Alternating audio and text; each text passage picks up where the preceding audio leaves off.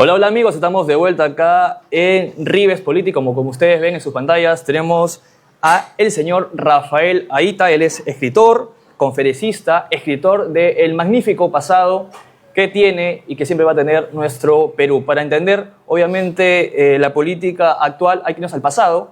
La política es importante desde un punto de vista histórico para poder, de alguna manera, resolver los temas que hoy tenemos como problemas en el Perú. Rafael, bienvenido. Gracias. Acá a tu casa. Bienvenido, Rafael. Gracias, encantado. Rafael, toda la gente al ver tu currículum se pregunta, ¿no? ¿De qué forma, de qué manera un ingeniero ha logrado, pues, abrir una página diferente, el libro cerrado de la historia, el cual nos cuentas a través de todo tu libro de escritos? ¿Qué es lo que te motivó para ser un ingeniero de la Universidad de Lima, hacer un magíster en el tema de administración en Centrum La Católica, hacer un MBA en Holanda, todo referente a la administración e ingeniería, y luego desembocar en el tema de la historia, que en verdad es un tema, aparte fascinante, Controversial. y que nos da una experiencia, es controversial lo que tú tocas? Claro, esto, bueno, es un tema que yo lo llevaba en paralelo a mi carrera, que era el de escribir cuentos, novelas. En un momento comienzo a escribir novelas históricas a partir de mi primer viaje a Machu Picchu, donde se me abren los ojos a lo que era la historia de los incas, más allá de lo que me habían enseñado en el colegio. Y conforme va pasando el tiempo, y voy profundizando en aquella literatura, los libros, historiadores, que de repente no se nos menciona en la currícula escolar, ¿no? Donato Amado, José Antonio Augusto, María Rogorovsky, Valdemar Espinosa, que te dan otra visión, ¿no?, de la historia, más allá de lo que se enseña. Y termino descubriendo prácticamente que esta línea de la historia va en sentido contrario a lo que nos cuentan tradicionalmente, ¿no? que estaba más bien influenciado por la política de los años 70, donde se hizo esta reforma curricular. Una reforma más, como digamos, de izquierda. De dialéctica total, Más ¿no? al victimismo peruano que otra cosa. Más hacia la lucha de clases, pero una lucha de clases enfocada en una dicotomía conquistador-conquistado, ¿no? El conquistador, opresor, El bueno y el malo. el bueno y el malo, ¿no? Toda esa dialéctica ingresa en los años 70 a la currícula escolar, porque desde mucho antes había estado en el debate académico, que creo que, claro, el debate académico es para eso, para discutir esas ideas, ¿no? Pero ya enseñarlo en clases a niños que no tienen defensas contra una narrativa, pues es otro tema más peligroso. Y claro, justamente el estar fuera de la academia es que me ha permitido ver otro ángulo de la historia más allá de las metodologías que se enseñan en la universidad, muy basada también en el materialismo histórico, que sí, es verdad, es una metodología Para conocer la realidad, ¿no? Para conocer la realidad, pero acá se enseña pues el enfoque materialista como algo hegemónico. Y no, pues no es así. El materialismo es más de una crítica, una autocrítica para ir avanzando, no tanto para llevarlo, pues, a los intereses políticos, como ha pasado en el Perú. Claro, bueno, la dialéctica te va a colocar la historia en función de la tesis y antítesis, ¿no? Entonces siempre vamos a encontrar esta dicotomía de enfrentamiento. Ajá. Que encuentra en la lucha de clases su motor.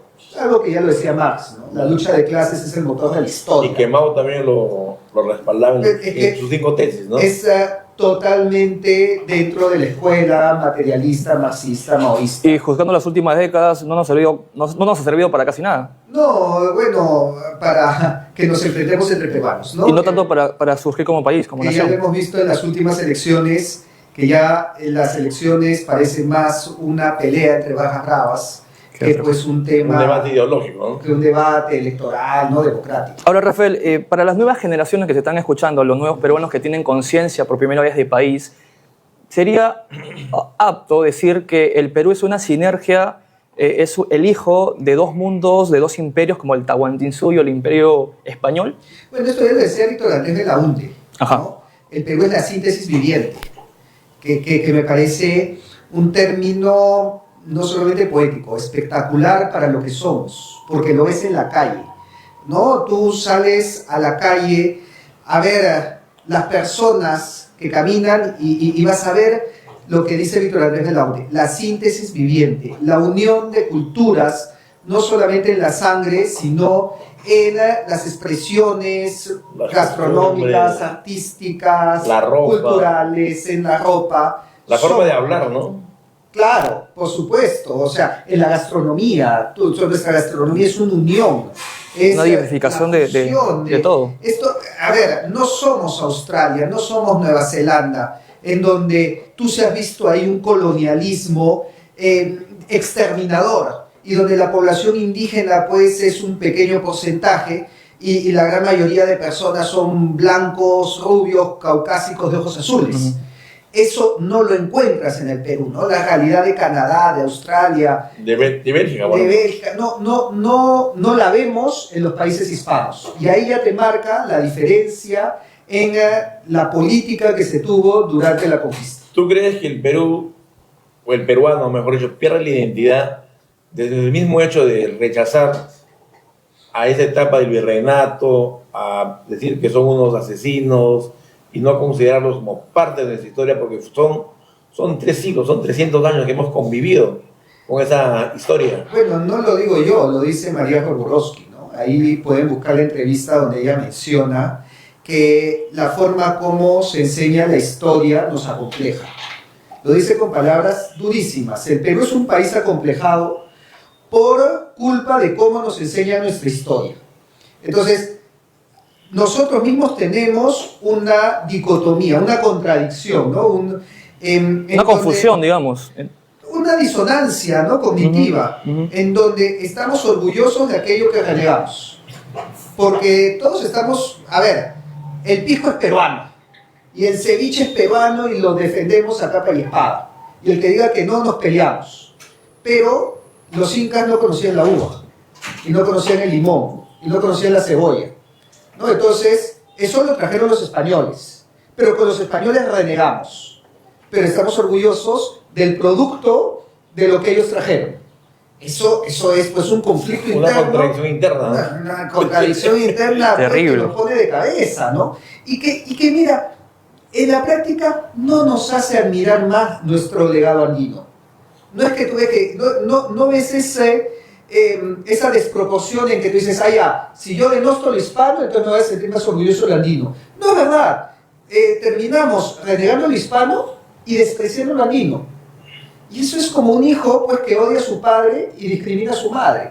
Y a veces ese hijo sale... Y al abuelo ni lo reconoce. Y al abuelo ni lo reconoce, ¿no? Entonces, es posible estar orgulloso de nuestras dos herencias que conforman lo que nosotros somos. Ahora, Rafael, en la época que los españoles gobernaban este territorio, el Perú, ¿es verdad o es un mito que el PBI per cápita de Lima era tan igual como el de Londres en Europa? No sé si Lima, porque Lima no era la ciudad más rica del Perú. Ojo, Ahí está otro detalle. También Cusco estaba en la jugada. Cusco, Es que el tema de las mineras. claro, Potosí, era más rico que Lima. O sea, a ver, esta idea de que la costa es rica y la sierra es pobre, viene a partir del boom urbano. Ya la República, siglo XIX, ¿no? Antes, tú ves los libros del BCR, la sierra era tan o más rica que la costa. Y mira, hoy mismo, en 2025, Antamina está en Ancash, está en la sierra. Y prácticamente es un gran porcentaje de la economía del Perú. Sí, por supuesto, ¿no? Es que- Bambas y otras minas más. Hay un dato Ya interesante ven. que tú mencionas, que en 300 años se saca de minas lo que hoy se saca en el Perú en un solo año. De oro, sí. La producción de oro, tanto que se habla que los españoles se llevaron el oro al Perú, la producción de oro de un año en el Perú, y bueno, lo que se termina llevando las mineras extranjeras, termina siendo equivalente a los 300 años de extracción de oro del todo el virreinato. Porque imagínate, tú sacabas en un día 40 mulas con mineral, que serán pues que 2.000, 3.000 kilos, exagerando. y ahora con una sola palada en Antamina sacas 40 toneladas. Y estos señores no fundan universidades, no hacen hospitales. Y ese es el otro tema. Siempre se ha criticado a los españoles, pero nunca se ha rescatado, por ejemplo, que los españoles fundaron muchas universidades en Perú, Bueno, fundaron colegios, fundaron hospitales. la primera universidad de América, Hasta San Marcos. que muchos dicen, no, pero entonces es una universidad para criollos. 2 universidades en Cusco. No me van a decir que 2 universidades en Cusco eran para criollos, ¿no? Un colegio para los hijos de los curacas nobles, el San Francisco de Borja. Sí, a ver, y si nos ponemos a comparar, mientras que nosotros teníamos en Cusco, en las universidades jesuitas, bibliotecas con unos 20.000 ejemplares, en Harvard tenía 2.000 ejemplares. Entonces ahí te das cuenta de la diferencia entre lo que era el Perú y Estados Unidos. Les pasábamos por delante, largamente. ¿En qué momento crees que perdimos esa posición? Ese es un punto importante. De ser el primer lugar. En la independencia. Y es que lamentablemente la independencia del Perú trajo 20 años, si no es un poco más, de un desgobierno y una anarquía. O sea, Mucho caudillismo, ¿no? el siglo XIX fue terrible para el Perú, porque la primera mitad del siglo XIX nos desangramos entre nuestras propias peleas, ¿no? Militarismo, caudillismo, guerras civiles. Mira, tienes 9 presidentes y 5 constituciones en 20 años. Ahí tú te das cuenta que fue el desgobierno total. El BCR ha calculado, no, perdón, ese no fue el BCR, el libro de Bruno Seminario, de Economía Moderna, calculó la caída en el PBI del Perú en los primeros años del siglo XIX, durante la independencia, y fue más grande que la caída del PBI en la guerra con Chile. O sea, económicamente nos golpeó más. Tiene una lógica. Los que tenían la economía de la sierra eran los curacas. Y Bolívar le quita todo a los curacas. Entonces desarticula esta columna ¿no? vertebral, que era económica, política, social, y comienza a construir una república criolla, a espaldas de los Andes. Y ahí es donde vienen pues ya los problemas que arrastramos hasta el día de hoy. Ahora, Rafael, el inicio de toda esta crisis que comienza, que tú bien mencionas, la pregunta universal que se hace todo el peruano de a pie es ¿cuándo se jodió el Perú? Podemos, digamos, acotar Sí. o reflexionar que el Perú se jode, valga la redundancia, con el cambio de casas reales de los Habsburgo a los Borbones. Sí, mira, cuando estamos hablando del Perú, que en el siglo XVII era descrito por Francia como la provincia más rica del mundo, Mira tú. y claro que los franceses jamás iban a reconocer que éramos reinos, porque no éramos provincia, éramos los reinos del Perú. Ya, un reino tan rico no se jode en un solo momento. Es un proceso. Tuvimos varias caídas. La primera es la que mencionas, las reformas borbónicas. ¿Por qué se da esto? Porque en España, Carlos II, de la Casa de Austria, muere sin descendencia. Entonces existe una guerra entre los Habsburgo y los Borbones para ver quién lo reemplazaba en el trono. Y por historia sabemos que el rey actual se apellida Borbón. Entonces la ganan los Borbones, que tenían una escuela distinta a los Habsburgo. Los Borbones eran franceses. Entonces, al entrar al trono, cambian el sistema político hacia un sistema más centralista. Le quitan poder a los curacas. Y es por eso que tú encuentras que en el siglo XVIII comienzan todas las rebeliones más importantes. A ver, alguien que yo hasta ahora estoy esperando que me contesten en la pregunta de por qué todas las rebeliones vienen a partir de 1750. Y no antes. Desde 1572, que termina la rebelión de Vilcabamba, hasta 1750, yo no encuentro ninguna rebelión importante. Bien se podría llamar la Pax Peruana, emulando a la Pax Romana, el siglo de oro peruano, emulando el siglo de oro español, porque no había ejército español acá. ¿Saben quién tenía las armas? Los curacas. Curaco. Los curacas tenían el ejército y eran los que mantenían el orden. Y claro, ellos eran el nexo entre el pueblo y la administración española. ¿Tú crees que había cierta complicidad o cierta alianza estratégica entre los curacas Y la Casa de Austria. y la Casa de Tenía que Austria? haber. Es que no había otra manera, porque con la cantidad de españoles que vinieron al Perú, con lo extenso que era el territorio, vamos, parece que es es muy fácil. imposible. A ver, el Perú de los Austrias no es el Perú actual. El Perú de los Austrias Abarcaba desde la Patagonia. desde la Patagonia hasta Panamá. Argentina, Chile. Intensamente grande. hasta el canal de Panamá. Era todo el Era un reino, continente. básicamente. Pero es que tú ves mapas en donde a Sudamérica se le llama la América peruana. Es que todo Sudamérica era el Perú, excepto el cachito de Brasil, ¿no? Que era portugués. Entonces, los españoles no iban a controlar eso en la vida. Pero que era 50 veces la península. Era una barbaridad. Tenían que hacerlo en alianza con los curacas. Cuando llegan los Borbones, dicen, no, hay que centralizar. Le quitan poder a los curacas, obviamente no pueden controlar tanto territorio, dividen los territorios. Fracción. Crean el Virreinato de Nueva Granada y el Virreinato de Río de la Plata. Ahí los primeros a reclamar son los curacas. Ahí es donde viene pues la rebelión de Huarochirí, la conspiración de Lima, Juan Santos Atahualpa, y que termina en la gran rebelión de José Gabriel Tupac Amaru, la segunda caída del Perú. Porque ese fue el divorcio final del pacto que habían tenido los españoles con los incas y los curacas. Y la rebelión, tú dices que fue tal vez por intereses netamente económicos. No como hacer interés económico. A ver, tú no te jodas el pellejo tuyo y de toda tu familia solamente por una cuestión de dinero. La rebelión fue por una suma de muchísimas razones. O sea, no puede... que una de ellas Incluido era lo moral, ¿no? incluido lo político. Pero tú no crees, Rafael, que el haberle quitado ese poder tanto para La Plata es que ellos empezaron a incomodar con los españoles. No, se comenzaron Y poco- a incomodar desde antes. Y poco a poco fueron organizando. Fue la gota que Se revolvió el vaso, digamos. comenzaron a incomodar desde que los Borbones no les cumplían las cédulas reales que les dieron los Austrias a los curacas. Cédulas en donde los declaraban nobles y donde los declaraban nobles equivalentes a los grandes de España.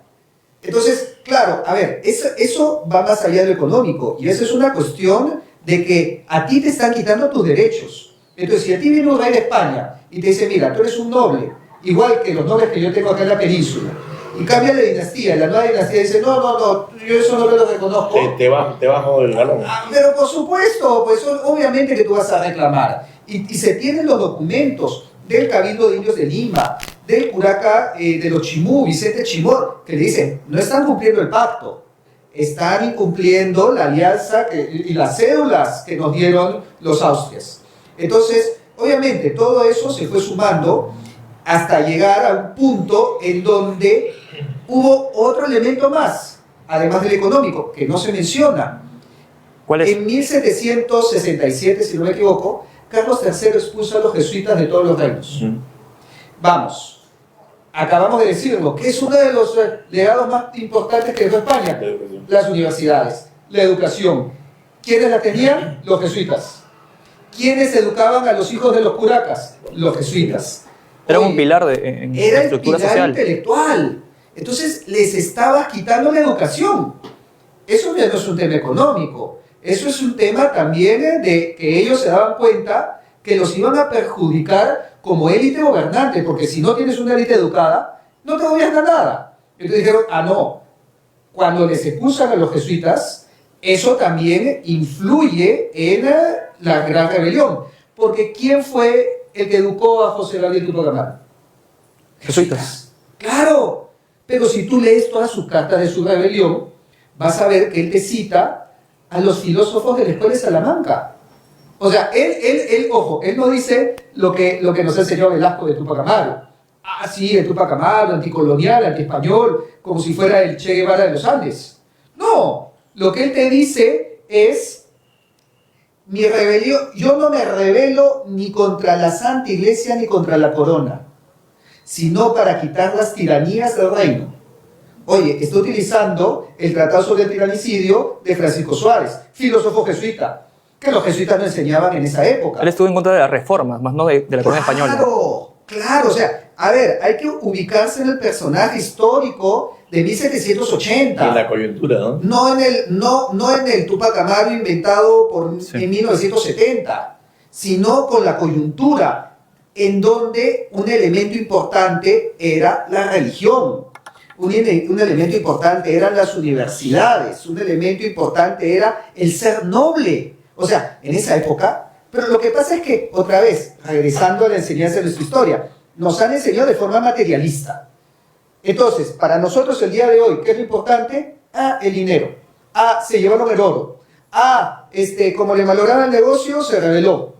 Eso no era así en esa época, porque en esa época era más importante un título nobiliario que el oro. Que el negocio. Claro. La nobleza era un cruce extremo en la La sociedad. nobleza te ponía arriba de la Era un de la estatus pirámide. Era el importante. estatus. Así es. Ahora- Entonces, que no reconozcan tu nobleza era más grave que afectarte tu bolsillo. Rafael, y justamente esa nobleza que pedía derechos y exigía cosas al reino es la que venía ya de la época del Imperio Incaico. Bueno, de la Sí. época de Pachacute, de Cuyacocha. Claro. ¿Y cómo es que Pachacute, crees tú, según tu investigación, forjó ese tipo de nobleza? ¿En base a qué? En base a las panacas. Claro. O sea, a ver, el sistema que recoge Pachacútec y era un sistema basado en ayllus que funcionaba incluso antes de los incas. Es más, ahora ya se sabe que el imperio incaico buscaba emular la gloria de los Uwari, que lo terminó sobrepasando largamente, ¿no? Pero ¿cómo lo sabemos? Porque ya en Huari se utilizaba el título Pachacútec. Entonces, Pachacútec, al tomar este nombre, buscaba decir, yo lo voy a convertir como la gloria de ellos, ¿no? Entonces, este sistema social basado en el ayu, este ayu que eran familias, clanes, que no solamente eran familiares, es como una familia extendida, en los incas se convierte en las panacas. O sea, las panacas era el clan del inca. Cada inca formaba su propia panaca. Y por eso, incluso la panaca se mantenía después que el inca moría. Y el nuevo inca tenía que formar una nueva panaca y prácticamente empezar todo desde cero. Cuando llegan los españoles, habían llegado 12 panacas hasta ese momento, correspondiente cada una a los 12 incas anteriores. Paulo Inca, muy infravalorado a mi gusto, pero gran negociador, muy astuto, le supo ganar, creo que fue el único que le supo ganar la mano a todos los españoles, el único que salió victorioso de todas las negociaciones, logra que Carlos V oficializa las panacas en una institución que se llamaba el Consejo de los 24 Electores del Alferazgo Real del Inca. Por lo tanto, para el siglo XVI tenías que las 12 panacas del Inca podían tener 2 representantes que formaban un consejo de 24 electores, que era la Corte de Nobles de Cusco. Y esto funcionó hasta 1825. Y esto fue parte del Imperio Español. Sí, eran reconocidos como una corte de nobles cusqueños equivalentes a los grandes de España. Como las cortes que existían también en España, que también Tenían el mismo nivel. la corte de Sevilla, que tenía 24, curiosamente tenía también 24 personas, ¿no? Por lo tanto, tenemos que hasta 1825, los puestos principales en Cusco, llámese el alcalde de Cusco, el alguacil mayor, el alférez real de Cusco, eran ocupados por los descendientes incas. Cosa curiosa, ellos fueron los que pelearon contra José Gabriel Túpac Amaru. Porque, los que vencieron a Túpac Amaru No fueron propiamente los españoles. no fueron españoles, Claro. no tenían el ejército. Mira, el ejército... Ni la cantidad ni de personas ni armas. Mira, el ejército realista del Perú lo forma Bascal en 1810. Justamente a eso quería ir, Rafael. En el Perú, en el país, tenemos una espinita con respecto a la guerra con Chile, que Sí. la perdimos. Pero justamente lo que no nos cuenta en los colegios, la historia es tan importante, saberla y decirla, que el Real Ejército del Perú toma Santiago, ingresa Sí. a Santiago de Chile. Cuéntanos, Sí. por favor, esa parte de la historia. Sí, cuando comienzan las primeras sublevaciones, gritos de independencia, que no comenzaron como tales, porque también España estaba en su propia guerra de independencia, ¿no? Peleándose con Napoleón y haciendo un gobierno paralelo que no reconocía al rey francés que había puesto Napoleón. Bueno, en América también se dice, a ver, si en España están haciendo su propio gobierno paralelo, Acá lo mismo. Acá lo mismo. ¿No? Entonces ahí comienza la Junta de Quito. Se fracturó todo, comenzaron las revueltas. Se fractura todo, ¿no? Y España no tenía rey, tenía a José Bonaparte como rey, que no lo reconocía. Pero en el Perú estaba Abascal, ¿no? Como bien dice la frase, cuando España no tenía rey, el Perú encontró un rey en Abascal. Y Abascal se dedicó a aplastar a todos esos levantamientos. O sea, mandó el ejército del Perú a Quito, mandó el ejército del Perú a Santiago, lo mandó a Chuquisaca. Fíjate que tenemos en el Museo de América de Madrid un cuadro enorme del tamaño de la pared del Ejército Real del Perú marchando en la Plaza Mayor de Quito. Y lo mismo sucedió en Santiago. Llegaron a Santiago de Chile. Llegan a marchar ahí en plena Plaza Mayor de Santiago. Entonces, claro, esto los chilenos para 1879 no lo olvidaban. O sea, a nosotros mal nos han enseñado que en esa época el Perú pues era el débil, el pobrecito, y Chile era el ambicioso. Nunca fue así. En esa época Chile miraba de abajo hacia arriba al Perú. Y es porque el Perú había terminado con su primer intento de independencia, lo que ellos llaman la patria vieja. Es por eso, de ahí que Patricio Lons, argentino él, dice, las guerras de independencia fueron más contra el Perú que contra España. Y claro, tú ves los resultados de las batallas. Exacto, era el último bastión de España en este continente. Era el último bastión realista. Ni siquiera sé si llamarlo de España, porque como dije, no había ejército español. Claro. Hispanista, digamos. Era el último bastión hispanista, el último bastión realista. Del virreinato. Exactamente. O sea, era el virreinato. Mira, era tan el virreinato que cuando los españoles, mira cómo éramos acá, especialmente los cusqueños, cosa que no les gusta que se los recuerde, que cuando los españoles firman la capitulación de Ayacucho, diciembre, ¿no?, de 1824, dicen, ya, ¿sabes qué? Nos rendimos, nos vamos de acá, quédese con su país. En Cusco dicen, no, nosotros vamos a nombrar un nuevo virrey, y nombran a Pío Tristán como virrey del Perú, en Cusco. O sea, los españoles ya se estaban yendo, y en Cusco estaban diciendo, no, acá continuamos, ¿quién ha dicho que acabó el partido? Hay que darle otra vida. Sí, me quedó gana, ¿no? O sea, fíjate, y claro, uno dice, pero ¿cómo ahora? Pero si Cusco es totalmente leyenda negra, antihispano. Bueno, tú te pones en la mentalidad de la época, de los curacas, de los descendientes incas. Preferían a los españoles. No es que preferían a los españoles, venían de una tradición monárquica, no sé si decirlos, o milenios. O sea, para ellos, que le digas, no, que la república, todos somos iguales, que acá la democracia. ¿Qué democracia, hermano? Yo soy el descendiente del Inca, acá mando yo tengo mi título nobiliario, yo soy el hijo del sol, a mí que me vas a igualar con el Yanacona. O sea, ellos eran monárquicos a la vena. Y elitistas, ¿no? Y eran una casta, ¿no? Era una élite que gobernaba Cusco, y es por eso, el que quebró eso fue Bolívar. Justamente, ese es un personaje, total, a mi juicio, a mi consideración, muy negativo para la historia del país. En la actualidad lo consideran algunos historiadores como un libertador. El libertador de Exactamente. América. Pero hay que recordar, y eso tú lo puedes negar, lo puedes afirmar, que la familia de Bolívar pedía a gritos y gastó mucho dinero, tengo entendido, según lo que leímos. Ellos querían una condecoración por parte de la corona española, que finalmente nunca llegó. Sí, un título. Título nobiliario. Un título nobiliario que no se lo otorgaron. No sé si habrá habido ahí pues algún tipo de resentimiento, de decir ahora ya se fregaron todos conmigo. Pero sí, Bolívar no entendió al Perú. San Martín sí lo entendió, porque San Martín quiso que el Perú fuera una monarquía. Quería ponernos un rey europeo. Un rey europeo, cosa que yo creo que ahí estuvo su error. Porque si San Martín hubiera buscado un rey en Cusco antes que en Europa, se hubiera ganado gol de media cancha. A todos los que se les estaban oponiendo. ¿No? Hubiese unificado al país totalmente. La región, ¿no? Hubiera unificado. Ojo, qué cosa que sí se propuso en Argentina. En Argentina también se propone un rey inca para el Río de la Plata. O sea, y era una idea que estaba dando vueltas, ¿no? Y era una idea que... Y mira, cosa curiosa, La bandera de Argentina y la de Uruguay Son muy tienen parecidas. el sol inca, El Inti. el Inti, que lo diseñó un cusqueño. Nosotros no.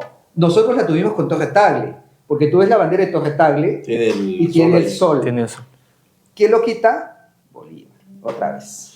Ahora, un poco como que cogiendo todos tus estudios de ingeniería, ¿por qué crees que Pachacútec avanzó tanto en la región de Sudamérica y luego pues va heredando todo el imperio a sus descendientes y es conquistado por muy poca cantidad de gente que son los españoles? ¿Por qué crees que no pudieron enfrentar en su momento debido y no ser conquistados de esa manera? Ojo que ¿Tienes tal vez tú ahí otra versión a lo que nos enseñan? a ver, es la versión que todos conocemos. El imperio ya estaba partido en dos con la guerra entre Huáscar y Atahualpa, La guerra civil fue. ¿no? Que esto lo dice el mismo Pedro Pizarro. Él menciona, si nosotros hubiéramos llegado en tiempos de Huayna Cápac, nunca hubiéramos entrado a estas tierras. Cosa que es muy probable que fuera cierto, porque sabemos que antes de Pizarro había llegado una expedición portuguesa desde el Atlántico, que había hecho lo mismo que Pizarro. Ujú. Buscó a los guaraníes, se levantó, le dijo, sí, que vamos a rebelarnos contra el tirano que hay en el norte, sí, vamos a hacerle la guerra, con la mala suerte que encontraron a Huayna Cápac. Huayna Cápac los borró del mapa, porque dijo, ¿sabes qué? A estos me hacen tambor con su piel y se acabó. Pero cuando llega Pizarro, ya no estaba Huayna Cápac. Y eso lo acreditan los mismos viajes de Pizarro, porque cuando Pizarro pasa por las costas de Perú, Tumbes. por Tumbes, pero no desembarca, Ujú. encuentra pues unos tambos, encuentra unos almacenes que dicen, no, acá hay algo maravilloso. Cuando regresa en el siguiente viaje, encuentra que todo eso está destruido. Dice, Pasó algo. acá pasó algo, porque la prosperidad que había del viaje anterior está arrasada. Ahí ya se comenzó a dar cuenta que era el momento de Que entrar, era vulnerable, ¿no? que era El imperio. vulnerable. Entonces, claro, la coyuntura que encontró fue que los generales de Atahualpa ya habían tomado Cusco, habían capturado a Huáscar y habían masacrado a las panacas de Huáscar en el Cusco. Entonces, y habían cometido, yo creo, un hecho que a los cusqueños les dolió todavía más que la masacre. Quemaron la momia de Tupac Yupanqui. Uf, imagínate, o sea, el gran conquistador, el que expandió todo el imperio, llegan los de Quito, que así los llamaban, y pum, te queman la momia en tu cara. Los odiaban Eso fue ordenado por el... por Quisquis y Chalcuchimac, que curiosamente pertenecían a las etnias que habían sido conquistadas por Tupac Yupanqui. Fue como un revanchismo. Total. Una Atahualpa venganza. Atahualpa seguramente se los prometió, ¿no? Les dijo, si toman Cusco, les entrego a Tupac Yupanqui. Entonces, para ellos sí, pues era la venganza, y esto a los cusqueños, pues, obviamente que les dolió en el corazón. Entonces, cuando los habían masacrado, les habían quemado a Tupac Yupanqui, habían capturado al Inca, llegan noticias que unos huiracochas habían llegado por el mar y habían capturado a Atahualpa. Uy, justicia divina. Premio mayor. Claro, este debe ser Huiracocha, que está regresando a castigar a este blasfemo que ha permitido, usurpador, que ha permitido todas las masacres en Cusco. Y es por eso que José Antonio del Busto, las probanzas de la época nos dicen que Pizarro fue recibido en Cusco con fiesta. Pizarro o sea, tú no ves ninguna batalla de Francisco Pizarro para entrar a Cusco. Ahí ya te comienzas a preguntar algo, ¿no? Oye, ¿cómo es que no? Entra como en su casa. No solamente como en su casa.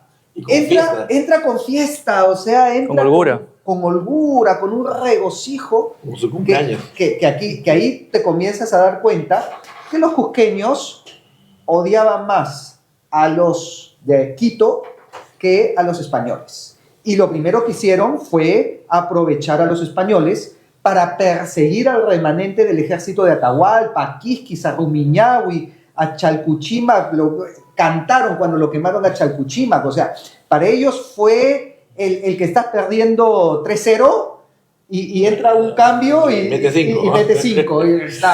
Rafael, una pregunta. ¿Y por qué este tipo de historia que es más cercano a lo real? Porque cuando uno hace un análisis, Tiene sentido. tiene sentido, no se enseña en los colegios. Porque te rompe la dialéctica.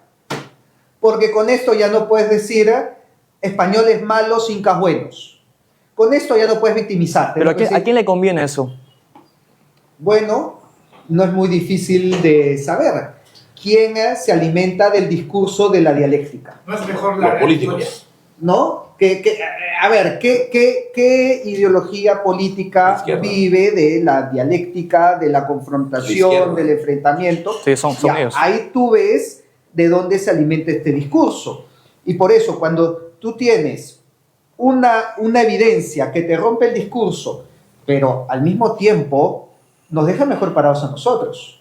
Porque vamos, en el extranjero, lo puedes ver ahora en las redes sociales, nos dicen, qué tontos los incas que se dejaron conquistar en media hora.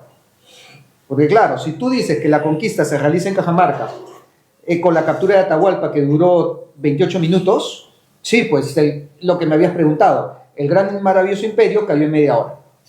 Eso nos deja pésimo. Claro. Eso es un desastre Como contarlo si fuéramos así. ineptos. Como si, claro.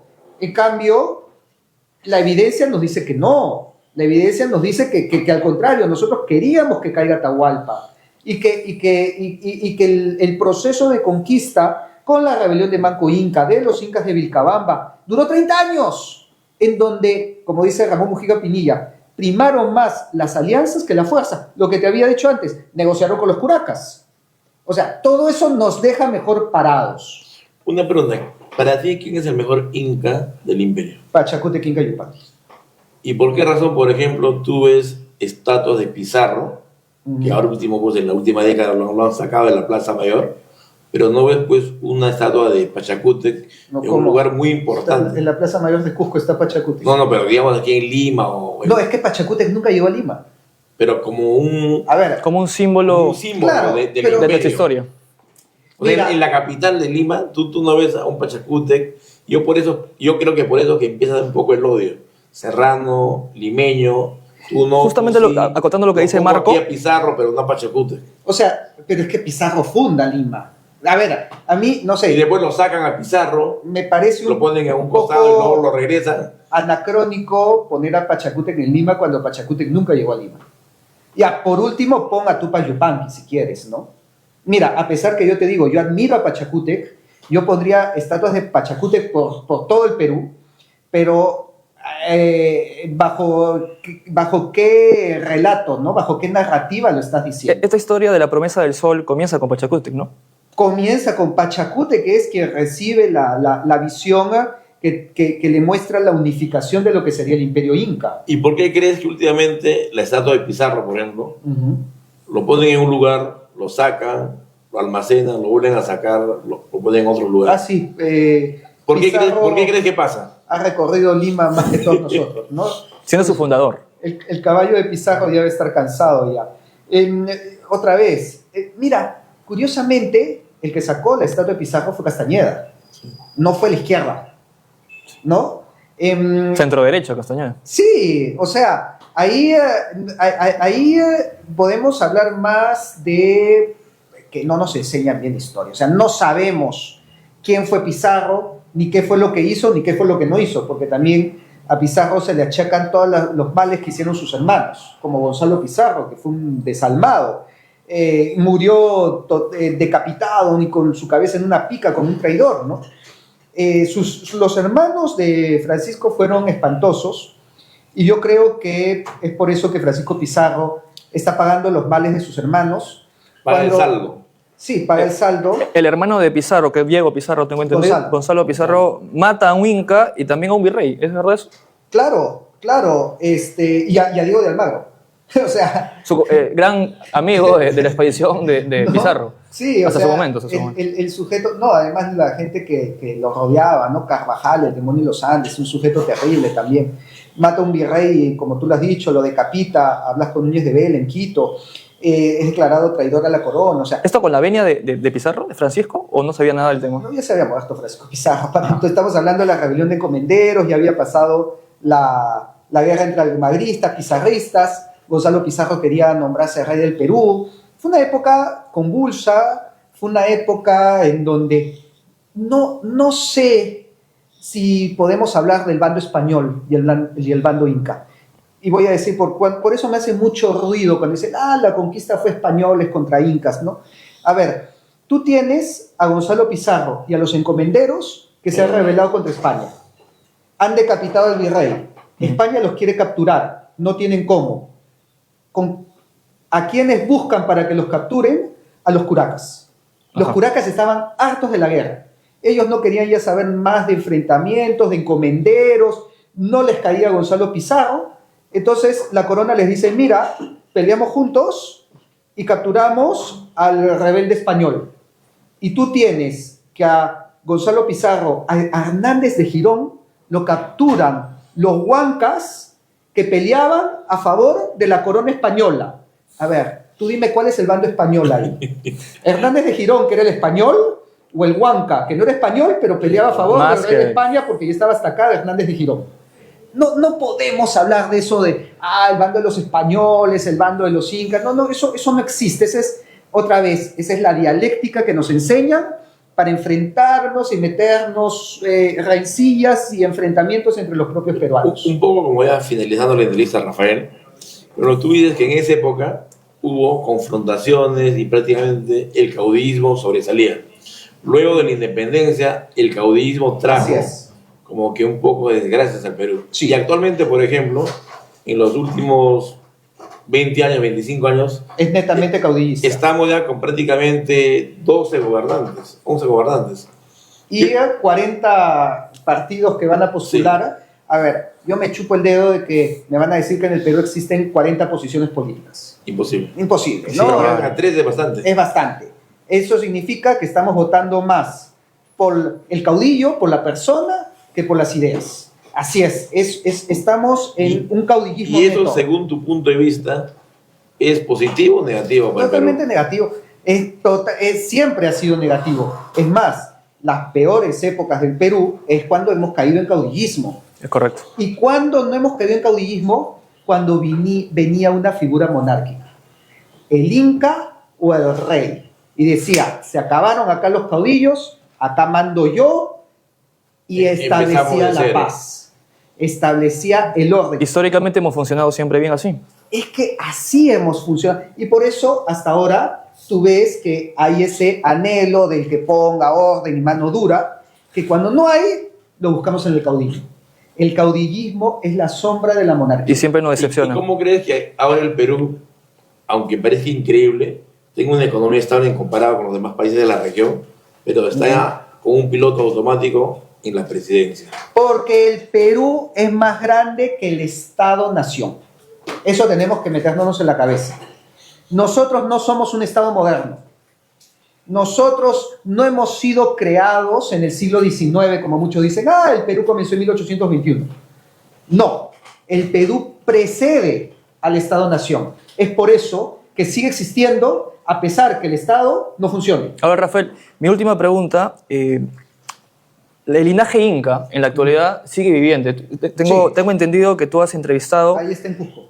Exactamente. Sería importante desde tu óptica, desde tu punto de vista, que estas personas que son descendientes de los incas participen en política. No los veo como figuras políticas porque yo de repente incluso veo más a la figura del inca como una figura espiritual, no sé si llamarlo espiritual, como una figura mítica de repente, o como una figura más de estabilidad. No lo veo peleándose pues en el Congreso, ¿no? Y discutiendo las rencillas. Discutiendo cosas de la nada. No lo veo yo. Si el pollo a la brasa tiene pluma blanco negra. Ese no es el Inca, pues. El Inca tiene que ser el sinónimo del orden, el sinónimo de la estabilidad. Cuando no sabemos qué hacer, cuando está con todo que se viene abajo, hemos mirado al Inca y decimos, ya, está bien. Eso es lo que necesita el Perú. Necesita esa figura que le dé estabilidad en la convulsión. claro, como había dicho, como el Perú es más grande que el Estado, aunque no funcione el Estado, el Perú sigue funcionando. Y eso no lo digo yo, eso lo dijeron los cronistas y virreyes. Cuando llegan al Perú, mencionan, fíjate, que esto no nos lo enseñan, hablan del peruano imperio fundado por Manducapa I. Ya O sea, lo reconocen desde ellos, ese entonces. Claro, ellos Ya dicen, desde hace siglos. el Perú comenzó con los incas. Eso lo dice el virrey Luis de Velasco. Le decían los reinos del Perú. Los reinos del Perú, y a las efigies de los incas le ponían los reyes del Perú, ¿no? Entonces, claro, ahí tú te das cuenta que el Estado moderno es un ápice del Perú. Una parte. Es una parte, es una coyuntura que hemos vivido, pero si imaginemos que se eliminara el Estado moderno en el mundo, o sea, viniera una contrarrevolución francesa y dijéramos, ya no va a haber repúblicas, muchos países desaparecerían, estoy seguro. El Perú no. El Perú no. Excelente. Por nuestra historia milenaria. Bueno, Rafael, el tiempo nos queda corto, en verdad. Qué honor. Súper interesante la entrevista, súper interesante el tipo de enfoque que tienes. Búsquenme en mis redes sociales, Capitán Perú, en Facebook, en YouTube, Capitán Peruano, en Instagram, y el 7 de mayo estoy presentando la novela de Pachacute. A ver, ¿En tienes dónde, qué parte? 3 libros, ¿no? Así Los Incas hispanos, Pachacute. Estamos viendo en pantalla. Imperio, No, ese no es, ese es mi anterior libro. El secreto del El de último Pachacute tiene Inca. que ser. Pachacute, estrategia del imperio. Sí, ese lo estoy presentando en el Crisol del ya. Óvalo Gutiérrez. Mira, ¿Qué día?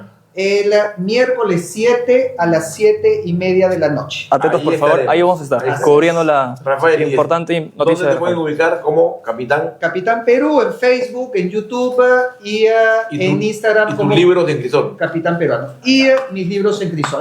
Ese es el que. Ajá. Ahora sí, ese es el que voy a presentar. Buena portada, ¿no? Está Bueno, interesante. Rafael, ha sido un gusto tenerte acá. Nos vemos el miércoles 7. Vamos a estar viendo la presentación de tu libro. Y obviamente también comprando toda la colección, porque me he quedado con el ají en la boca. Excelente. Excelente. Gracias por amigos. estar ahí. Nos vemos el próximo viernes aquí con Eduardo Zamora y quien les habla Marco Antonio Rives a las 5 de la tarde por Lake TV. Nos vemos. Cuídense. Y que siempre viva el Perú. Descarga e instala el app de Like TV. Búscanos en Play Store como liketv.p. Hola, mi nombre es Izzy Jorge. Y yo soy Giovanna Salinas. Queremos invitarles todos los lunes y jueves A las 10 de la mañana, aquí en Enciende Tus Mañanas con los mejores